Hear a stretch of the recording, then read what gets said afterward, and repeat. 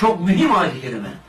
Allah'a inanan bir erkeğin, Allah'a inanan bir hanımın, Allah'ın vermiş olduğu, peygamberin koymuş olduğu hüküm karşılığında tercih hakkı yok. Diyemez, anama sorayım. Diyemez, kocama sorayım. Diyemez, hanıma sorayım. Diyemez, sağıma sorayım. Diyemez, el alem ne der? Bitti bitti. Halk ne der diyemez. Ne der? Halkı yaradan halk ne der? Mümin budur diyor Allah.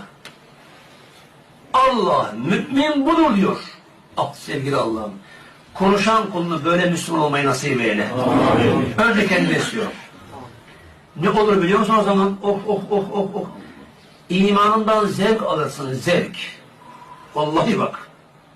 Allah